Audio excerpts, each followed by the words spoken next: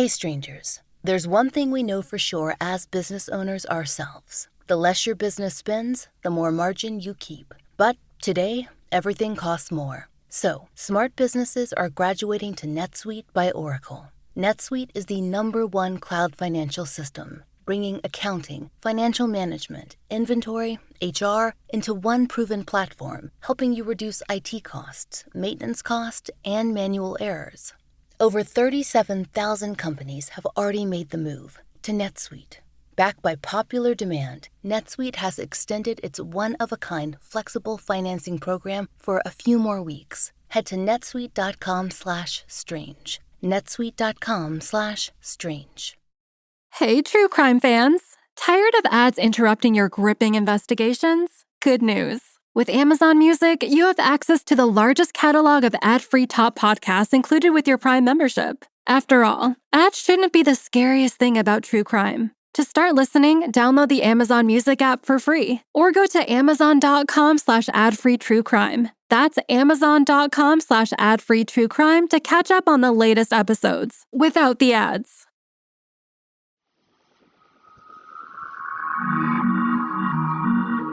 I'm Laurah Norton, and this is One Strange Thing, the show where we search the nation's news archives for stories that can't quite be explained.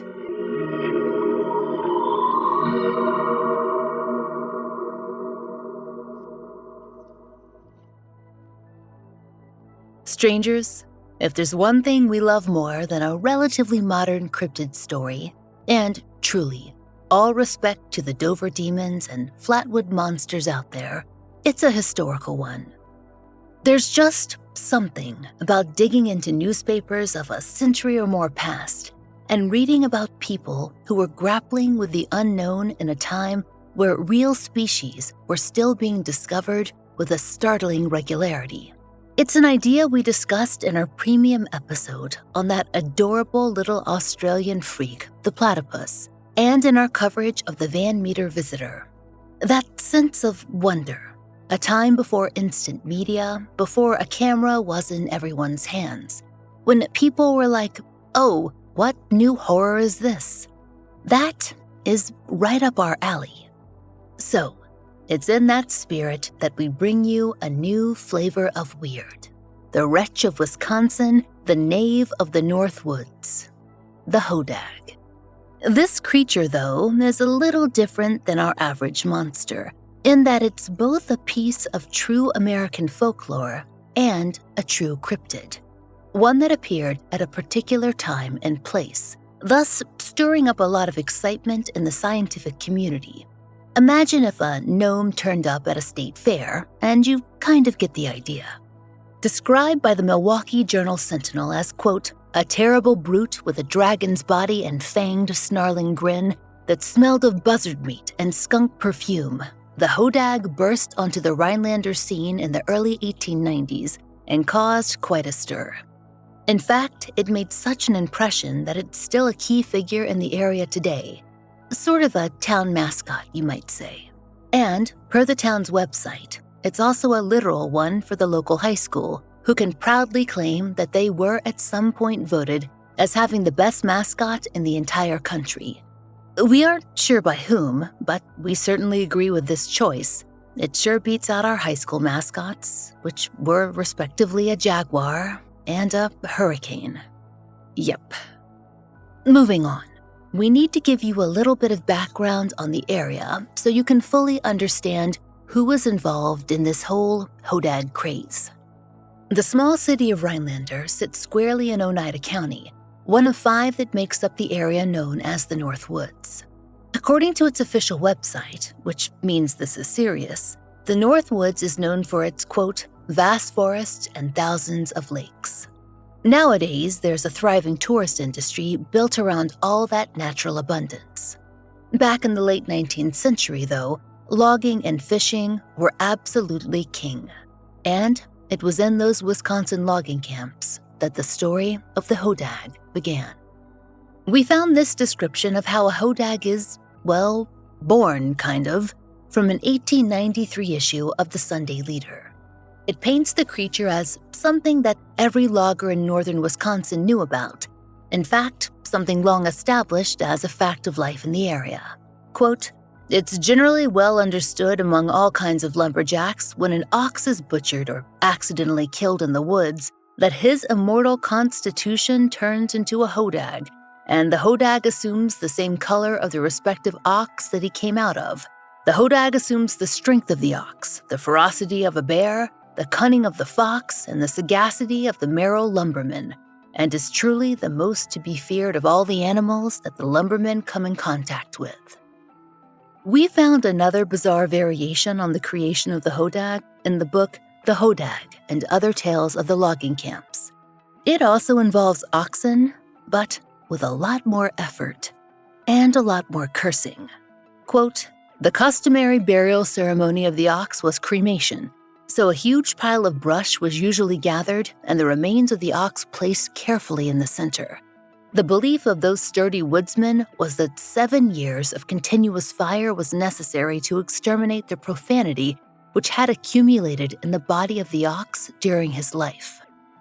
So, just to be clear, based on this claim, oxen had to be cremated for 7 years to burn away all of the cursing from their drivers that they'd endured throughout their lives. And then, just practically, imagine a 7 years long fire going in the forest, all willy-nilly. Even if horrific beasts weren't bursting forth from the ashes, you'd have to wonder why anyone would keep up such a practice at all. Well, they likely didn't. It seems like a silly idea.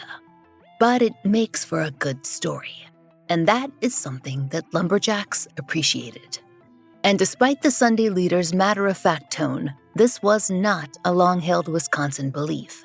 Based on everything that we've read, it was a fairly recent development in local lore, one that probably popped up around the same time that Paul Bunyan stories did. According to the Wisconsin Historical Society, the first written references to Paul popped up around the 1880s or so. They were popular in Canada and in the United States. And while the hodag has possible earlier connections to the stories told by the Ojibwe people, that's per the official Rhinelander website, the 19th century version can pretty reliably be tracked to the tall tales told by those lumberjacks. And boy, did they tell those stories. Around their campfires, the hodag grew to be practically invincible. According to the folklorist Paul C. Brown, it was said that, quote, "The hodag never laid down. It slept leaning against the trunks of trees. It could only be captured by cutting deeply into the trunks of its favorite trees. It was said to eat mud turtles, water snakes, and muskrats, and it did not disdain human flesh." Strangers, we have no idea how cutting into a tree would damage the hodag. Was the idea to trap it there when it went to sleep?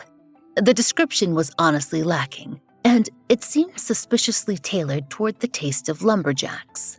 But that was, allegedly, the lore.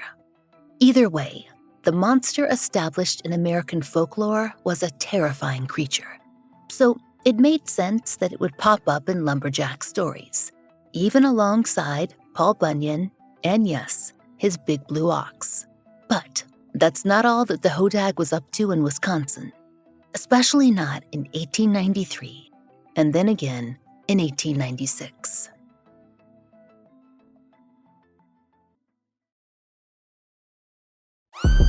علي الحماس مع منيو بيتزا هات ماي بوكس الجديد. 4 خيارات ماي بوكس تعدلها على كيفك وزيد عليها اختيارات ما لها حدود. اطلب ماي بوكس اليوم وخليها على ذوقك. بيتزا أو ملت كله بكيفك، وطلباتك الجانبية اختر 2 أو مشروب، خياراتك ما تنتهي. هي شروطك وأحكامك اللي ترضي ذوقك. منيو بيتزا هات ماي بوكس الجديد بشروطك وأحكامك. بيتزا هات اطلب اليوم.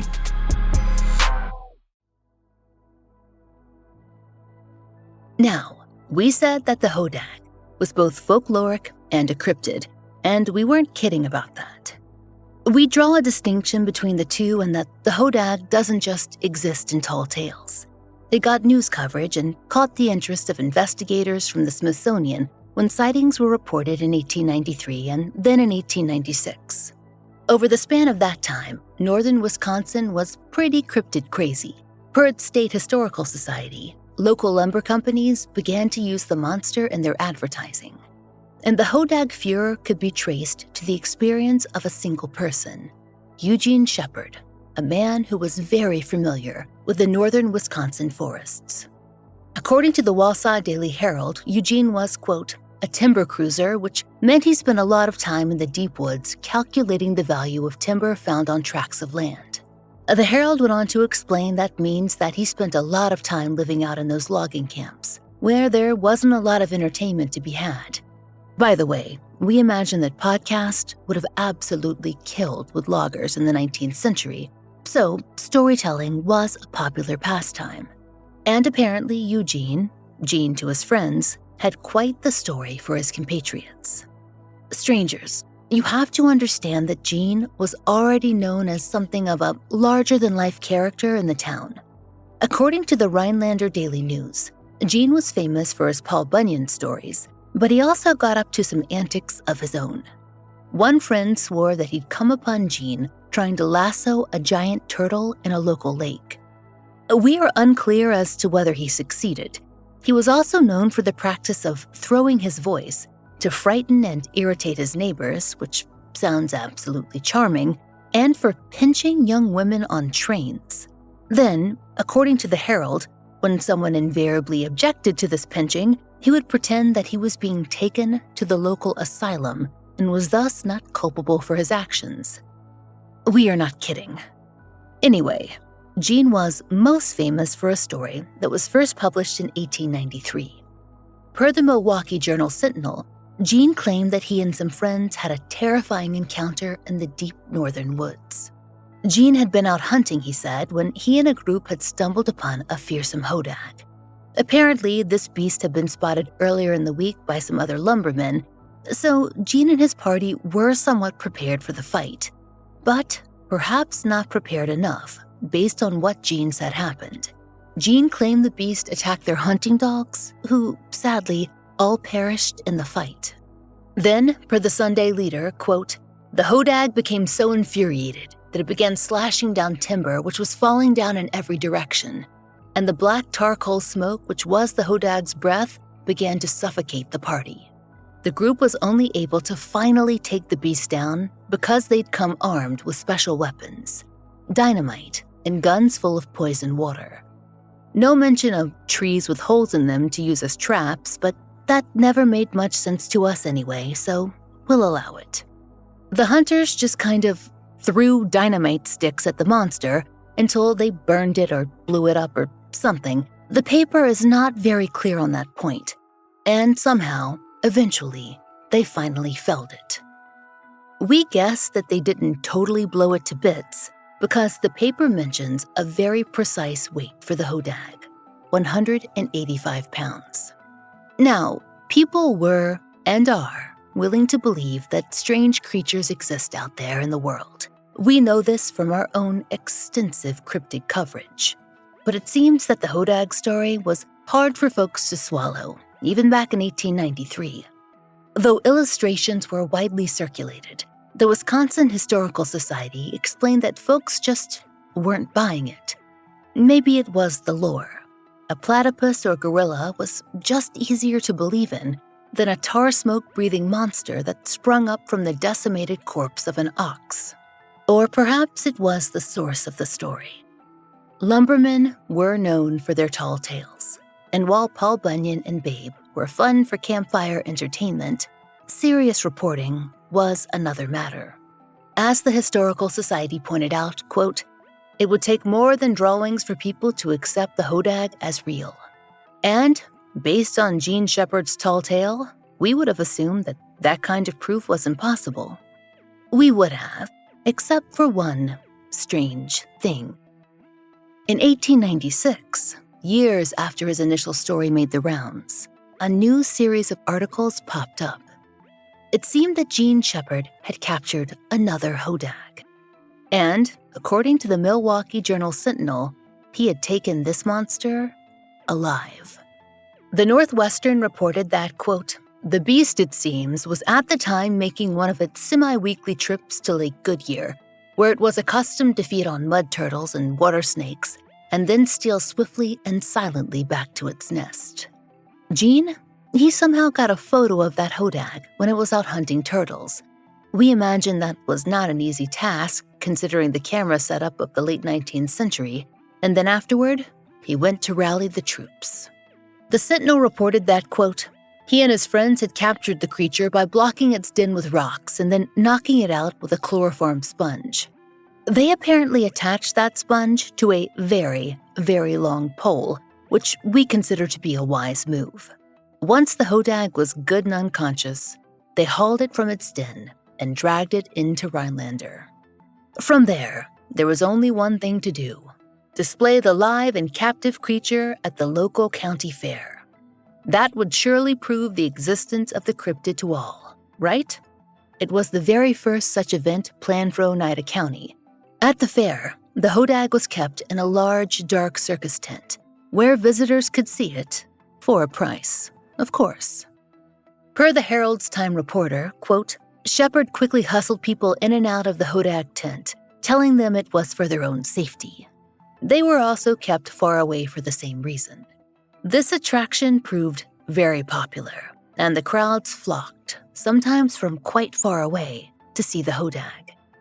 It was a boon for Rhinelander, for Gene Shepard, and for pretty much everyone except for the Hodag itself, assuming that it had any feelings on the matter. We don't know exactly how long the beast was on display, but it was enough time for the story to circulate nationally, and for interested parties from esteemed institutions to take notice. They decided they'd travel to Wisconsin to see this creature for themselves. According to the Smithsonian Magazine, scientists, from the Smithsonian we gather, and zoo officials headed to Rhinelander to check out the creature for themselves. By then, the fair was over, but Gene was said to be keeping the Hodag captive in a large pit behind his home in town. When the scientists arrived, they were certainly surprised, though not, as you may have guessed by this point, by an amazing new species to enter into the books. Instead, they were met by, quote, an equally intriguing creation made out of wood and ox hides, bullhorns, and bent steel rods. Honestly, if you find the same picture of the beast that Gene constructed as we found in the archives, this information will not come as a huge shock. That tent must have been pretty dark. It seems that Gene Shepard had planned, with local officials or not, it was never totally established, though we highly suspect that they were in on it, to create a spectacle that would both benefit northern Wisconsin and Gene himself. According to the Wisconsin Historical Society, he pulled it off with, quote, the help of a woodcarver named Luke Currie. They carved the body from wood and covered it with oxhide. They gave it bulging eyes and added 12 cattle horns along its spine. Finally, they added wires so they could move its head. And, apparently, they managed to trick most of the audience by keeping that tent very dim and making sure that no one stayed in there for more than a few moments. When they were asked why the Hodag wasn't eating, they explained that it only feasted once a week when they gave it some white bulldogs to eat. We're surprised it wasn't goats this time, we guess, but wow, how many white bulldogs did they have in the Wisconsin woods? When faced with the evidence of his hoax, Gene Shepard, he was unrepentant. Per the Herald Times reporter, he wrote at the time, thousands of people came to view the Hodag, and not one of them went away without having learned a little more about North Wisconsin. And many who came out of curiosity only have come to make their homes with us, either permanent or for a few weeks or months out of the year. And that, it was a boon. As the Times reporter pointed out, quote, the same time Shepard introduced the Hodag to the Oneida County Fair, Wisconsin's timber industry was on the decline. And, according to a historian the paper interviewed, quote, a major purpose of the fair was to attract people to Rhinelander's other industries, like farming or business. So, from Gene's point of view, that Hodag had done its job. If it had attracted the attention of scientists and made money from the people who'd come to see the contraption swing its wooden head to and fro in that tent, and believe for a little while in the fantastic, then so much better for Rhinelander. The bigger question might be, is it better for us, the lovers of the weird and the wonderful? Well, maybe. Because the Hodag has hung around northern Wisconsin to this day. Even though Gene Shepard's iteration was well and truly debunked, sightings have popped up here and there, and the creature is given pride of place as the mascot of the town. We've seen topiary displays, signs, advertisements, and yes, the school mascot, proudly celebrating a creature that doesn't make a whole lot of sense. And ultimately, isn't that exactly what a good cryptid is? What a good cryptid does? It's something that catches our imaginations and just won't let go.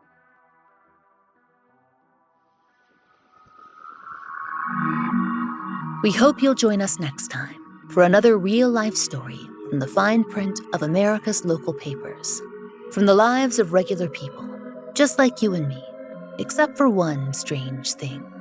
Strangers, I've released my first book, and it's available everywhere now as an audiobook, hardcover, and ebook. I read the audio version myself. It's called Lay Them to Rest, and it's about John and Jane Doe's, my years-long experience following forensic experts around the country, and our efforts to solve the mysteries of a cold case. One Strange Thing is an independent podcast. So, to support the show and to hear more of the entirely true and enticingly peculiar, you now have 3 options to enjoy 2 extra bonus episodes a month. On Apple Premium and Supercast, you can get the bonus episodes delivered to your app of choice for just $2.99, or for $2 more a month on Patreon, you'll get more fun extras. There you'll find ad-free early releases of our regular episodes, 2 full-length bonus episodes, monthly giveaways, blog posts, and even occasional live streams, all for $5 a month. We hope you'll check out one of these options to support the show. There's a link in our show notes. And if you enjoy One Strange Thing, please take a moment to leave us a great rating or review on one of your favorite podcast apps. That really helps.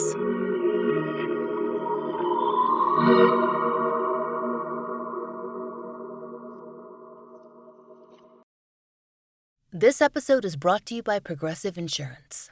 Whether you love true crime or comedy, celebrity interviews or news, you call the shots on what's in your podcast queue. And guess what? Now you can call them on your auto insurance too with the Name Your Price tool from Progressive. It works just the way it sounds. You tell Progressive how much you want to pay for car insurance, and they'll show you coverage options that fit your budget. Get your quote today at Progressive.com to join the over 28 million drivers who trust Progressive. Progressive Casualty Insurance Company and Affiliates. Price and coverage match limited by state law.